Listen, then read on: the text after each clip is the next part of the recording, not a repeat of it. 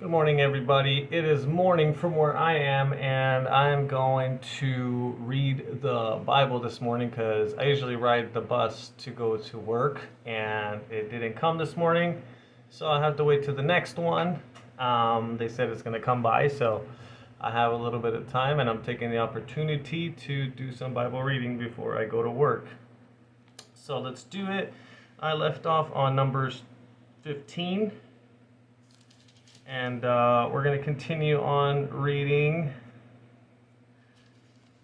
Let's see here. It's going to be the laws about the offerings. We're going to get into the rebellion of Korah, Dathan, and Abiram, and the judgment on the rebels and all that. So let's get to it. Numbers chapter 15. Follow along with your Bibles or just watch the video. Here we go. Jehovah spoke further to Moses, saying, "Speak to the Israelites and say to them, when you eventually come into the land that I am giving you to dwell in, and you make an offering by fire to Jehovah, from the herd or from the flock, whether a burnt offering or a sacrifice to perform a special vow or a voluntary offering or an offering during your seasonal festivals, in order to make a pleasing aroma to Jehovah, the one presenting his offering must also present to Jehovah a grain offering of fine flour, a tenth of an ephah, mixed with a fourth of hin of oil. You should also offer wine as a drink offering, a fourth of a hin, together with the burnt offering, or for the sacrifice of each male lamb. Or for a ram, you should make a grain offering of 2/10 of an ephah measure of fine flour mixed with a third of a hin of oil, and you should present wine as a drink offering, a third of a hin as a pleasing aroma to Jehovah. But if you should offer a male of the herd as a burnt offering or a sacrifice to perform a special vow or a communion sacrifice to Jehovah, you should also present together with the male of the herd a grain offering of 3/10 of an ephah measure of fine flour mixed with half a hin of oil. You should also present wine as a drink offering, half a hin as an offering made by fire as a pleasing aroma to Jehovah. This is what should be done for each bull or for each ram or for each of the male lambs or of the goats. Whatever may be the number that you offer, that is what you should do for each one, according to their number.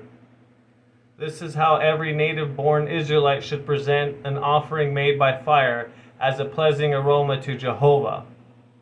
If a foreigner who is residing with you, or one who has been in your midst for many of your generations, should also make an offering by fire as a pleasing aroma to Jehovah, he should do just as you do. You who are of the congregation and the foreigner who is residing with you will have one statute. It will be a lasting statute for all your generations. The foreign resident should be the same as you before Jehovah. There should be one law and one judicial decision for you and for the foreigner who is residing with you." Jehovah went on to say to Moses, "Speak to the Israelites and tell them, when you come into the land where I am bringing you, and you eat any of the bread of the land, you should make a contribution to Jehovah. You should make a contribution of the first fruits of your course meal as ring-shaped loaves, like the contribution of a threshing floor is that way you should contribute it. Some of the first fruits of your course meal you should give as a contribution to Jehovah throughout your generations. Now, if you make a mistake and fail to observe all these commandments that Jehovah has spoken to Moses, all that Jehovah has commanded you through Moses from the day that Jehovah commanded and onward for your generations, and if it was done by mistake and without the knowledge of the assembly, the whole assembly must offer one young bull as a burnt offering for a pleasing aroma to Jehovah, together with its grain offering and its drink offering according to the regular procedure, and one young goat as a sin offering.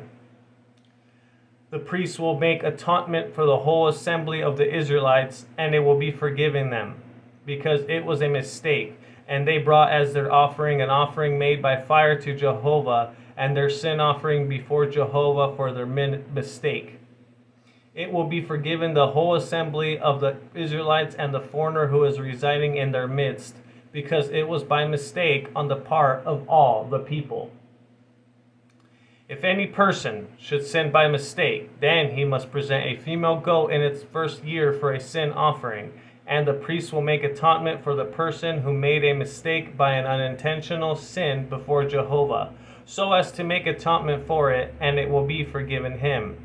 As for the native born among the Israelites and the foreigner who is residing in their midst, there should be one law for you in the matter of doing something unintentionally.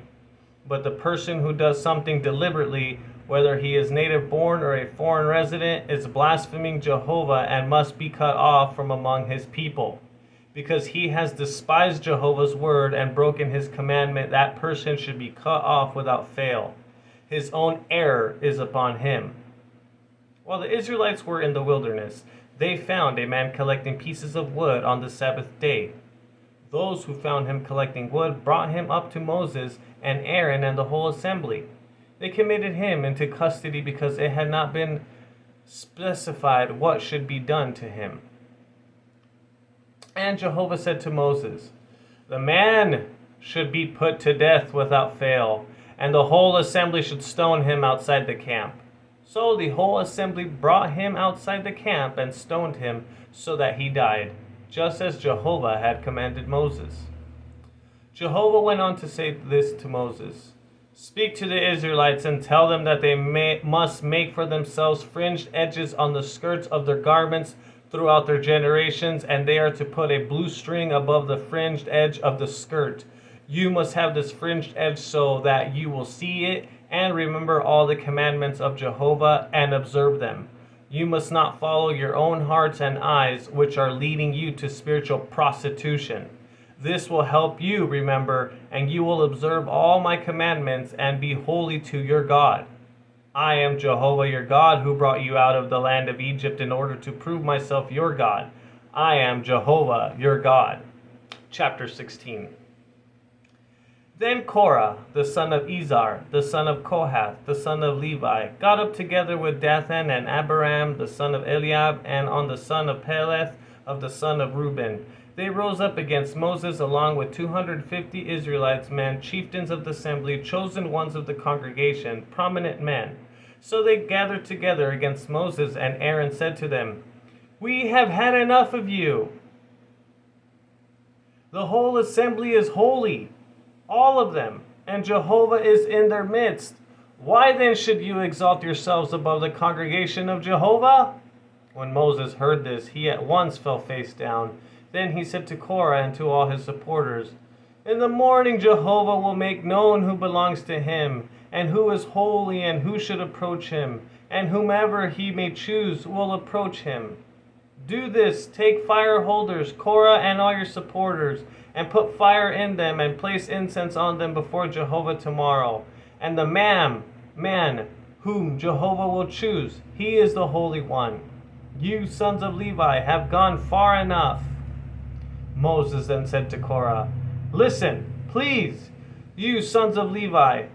Does it seem to you such a little thing that God of Israel has separated you from the assembly of Israel and allowed you to approach him in order to perform the service of Jehovah's tabernacle and to stand before the assembly to minister to them, and that he brought you near to him along with all your brothers, the sons of Levi?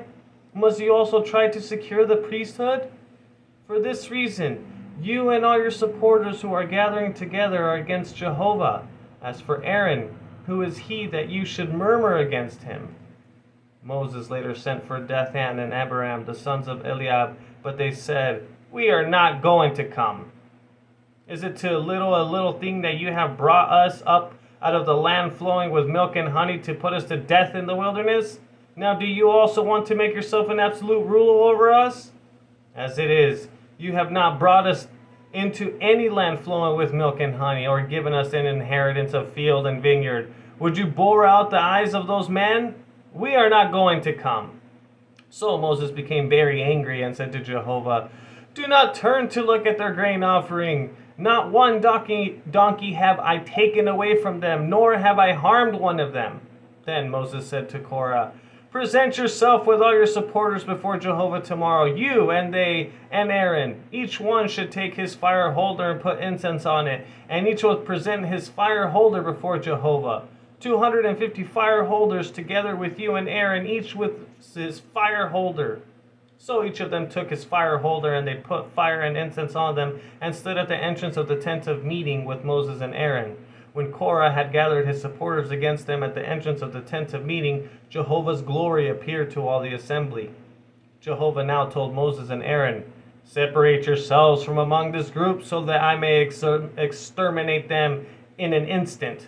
At this, they fell with their faces to the ground and said, "O God, the God of the spirit of all people, will one man's sin cause you to become indignant against the entire assembly?"